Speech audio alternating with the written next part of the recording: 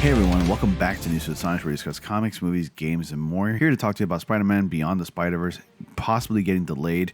There was a bit of a letter that I did read the other day, and now I can't find that letter. Supposedly it was from like some of the Sony animators who worked on Into the Spider-Verse and of course Across the Spider-Verse, saying that there was poor management. I would believe it. Also, it stated that it would get delayed till July 2026, a full 3 years from now, till we see Beyond the Spider-Verse. But it's kind of crazy, and we're going to get into it in just a second. But before I do that, be sure to like, subscribe, and click on the bell notifications so y'all don't miss anything. I post videos here, and also follow me on my social media, which you can find the links to down in the description box of all of my videos, including this one. So without further ado, let's go ahead and talk about this, because it is crazy. It is complete bonkers. I think these people really deserve the extra time and care, and of course the sequel to Beyond the Spider-Verse definitely deserves a lot of time and attention. So we're going to go ahead and get into the details here. And it says here that the Sony insiders report Final Spider-Verse will never make March 2024 release date, which is really close from now, and Spider-Man Beyond the Spider-Verse will not make its March 29, 2024 release date, claims new insider report. Across the Spider-Verse, the sequel to Spider-Man Into the Spider-Verse, recently premiered to great reviews and strong box office performance. This only increased the anticipation for Beyond the Spider-Verse, the final Spider-Verse movie. And in an extended report of making the Spider-Man Across the Spider-Verse, Vulture brings an interview with an experienced artist who has worked on the projects for major animation studios and streamers, who claims there's no way Beyond the Spider-Verse makes its 2024 release date. And they've announced that Beyond the Spider-Verse will be released in March of next year. I've seen people say, oh, they probably worked on it at the same time, which I also believed as well personally. And I thought like, okay, so they're doing both of them at the same time, because it was probably a huge movie that ended up being about maybe a little over 4 hours long, but they had to split it into two.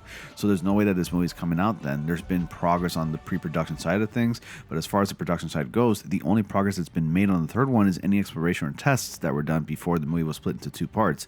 Everyone's been fully focused on Across the Spider-Verse and barely crossing the finish line. And now it's like, oh yeah, now we have to do the other one. And the conversation featured in the Vulture article happened in May, and now released as part of the report. The source is not using their real name, but are identified by the pseudonym Steven. Spider-Man Beyond the Spider-Verse's March 2024 release date was announced in April 2022, when the film was renamed from Across the Spider-Verse Part 2 to Beyond the Spider-Verse, which I think, in my opinion, is a lot better. And while the Spider-Verse franchise has ties to other Marvel movies, mostly through the multiverse references and Easter eggs, the soon-to-be animated Spider-Man trilogy has been mostly self-contained so far, and Across the Spider-Verse sets up possible Spider-Verse spin-offs, yet it only directly teases its immediate sequel, Beyond the Spider-Verse. Therefore, a Beyond the Spider-Verse delay would likely not hurt other Marvel or Sony movies, or at least narratively. This would be a different situation from when several Phase 4 movies from the MCU were delayed, causing Spider-Man No Way Home's multiverse story to happen before Doctor Strange in the Multiverse of Madness, as opposed to what was originally planned. A potential Beyond the Spider-Verse delay would not have a similar ripple effect. Of course, if Spider-Man Beyond the Spider-Verse is delayed, it will take longer for Across the Spider-Verse's ending cliffhanger to be resolved. In the Into the Spider-Verse sequel was split into two movies, which is why Spider-Man Across the Spider-Verse ends on a cliffhanger and almost feels like an incomplete story. As of the writing of this article, Spider-Man Beyond the Spider-Verse is still slated to premiere on March 29th, 2024, and this article only came out maybe about a day ago. Yes, I think it's 4 days ago actually, and we still haven't heard word. But like I mentioned at the very beginning of the video, I saw a letter from like Sony Pictures Animations or something from like the team of Spider-Man Across and Beyond the Spider-Verse, saying that they're delaying it a full 3 years, and I don't think it's true. But I wouldn't be surprised if there was a delay. And like I said before, if they do delay it, they need all the time they can get, so that way we can get a final great epic product. So animation takes a long time to do, folks. And before I end it there is one other excerpt that I do want to read from the Vulture. And it says here, according to the people who worked on the sequel, Across the Spider-Verse, it's because the working conditions required to produce such artistry are not sustainable. Multiple Across the Spider-Verse crew members, ranging from artists to production executives who have worked anywhere from 5 to a dozen years in the animation businesses, describe the process of making the $150 million project from Sony as uniquely arduous, involving a relentless kind of revisionism, and that compelled approximately 100 artists to flee the movie before its completion. 4 of these crew members agreed to speak pseudonymously about the sprint to finish the movie 3 years into the sequel's development and production, a period whose frankness they attribute to Lord's management style, in particular his seemingly inability to conceptualize 3D animation during the early planning stages, and his preference to edit fully rendered work instead. So normally when we get concept art or concept work about an upcoming animated movie or feature-length film, in Miller's case, or in this case, how he goes by Lord, he actually prefers a concept art to be completely finished, so that way we can actually see it as an audience.